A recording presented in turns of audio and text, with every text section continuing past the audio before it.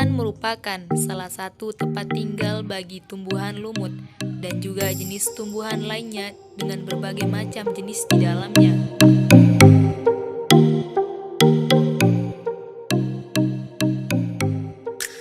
Halo adik-adik semua, sekarang kita berada di hutan Krian di Kabupaten Lombok Timur, Nusa Tenggara Barat. Di sini kita akan mencari beberapa spesies lumut. Yuk ikutin kami untuk melihat spesies lumut apa aja yang ada di dalam.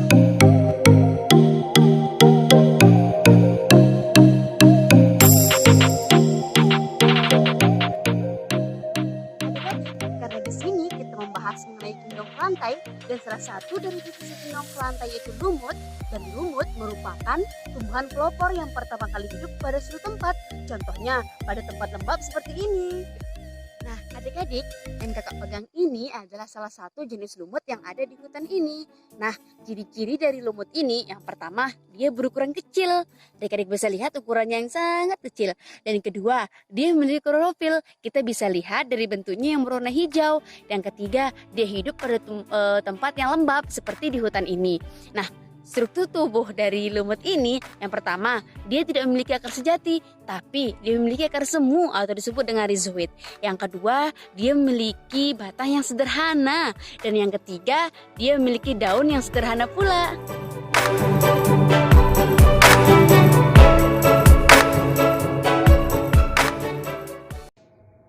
Lumut tanduk hanya mempunyai satu famili saja, yaitu famili Anthocerataceae. Lumut ini memiliki sporangium yang tidak bertangkai, bentuknya menyerupai tanduk yang panjangnya sekitar 10 sampai 15 mm.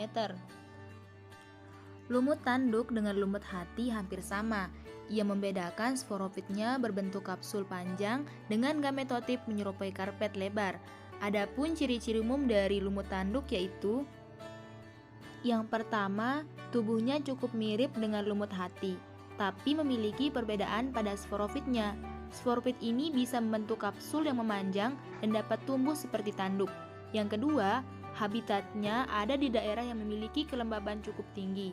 Keunikan dari lumut tanduk jika dibandingkan dengan lumut lainnya, masaknya kapsul dalam spora pada sporangium yang tidak bersamaan. Selain itu, dimulai dari atas dan terus berturut-turut menuju bagian bawah. Yang ketiga, dinding sporangium ini memiliki stoma yang terdapat 2 sel penutup.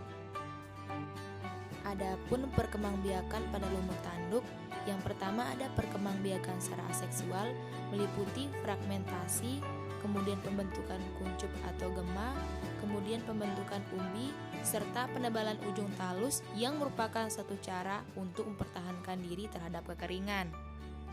Kemudian ada perkembangbiakan secara seksual.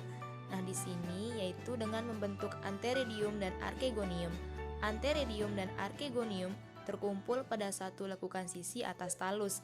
Zigot mula-mula membelah menjadi 2 sel dengan satu dinding pisah melintang.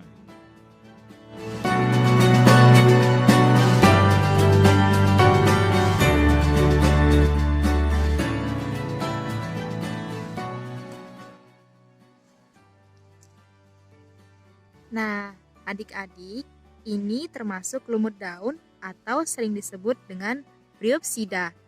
Lumut daun atau lumut sejati merupakan jenis lumut yang mempunyai jumlah paling banyak jika dibandingkan dengan lumut hati dan lumut tanduk. Lumut daun mirip dengan tumbuhan kecil yang tumbuh tegak dengan tinggi sekitar 10 mm dan beberapa ada yang mencapai ukuran 40 mm. Daunnya berukuran kecil dan tersebar di sekeliling batangnya. Adapun ciri-ciri umum dari lumut daun, yang pertama merupakan lumut sejati, yaitu lumut yang memiliki akar atau rhizoid, batang, dan daun sederhana. Yang kedua, banyak ditemukan tumbuh di permukaan tanah, bebatuan, tembok, hingga kulit kayu seperti ini. Yang ketiga, lumut daun hidup berkelompok dengan tampilan menyerupai hamparan tebal mirip beludru. Nah, adik-adik semua, ini dia siklus hidup pada lumut daun. Mulai dari sperma mencapai telur melalui tetesan hujan atau lapisan air, hingga spora berkembang menjadi gametotip, Dan bisa dilihat di sini bagaimana bentuk ujung gametotip betina maupun pada gametotip jantan. Kalian masih di lokasi yang sama, yaitu di hutan Prian.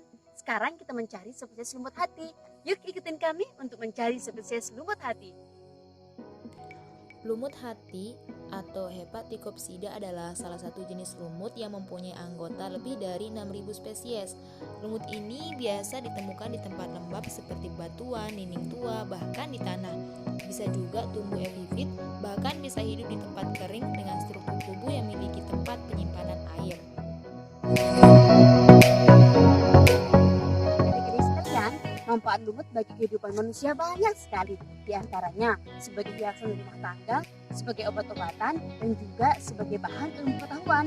Dan lumut ini juga sebagai indikator dalam pembelajaran biologi.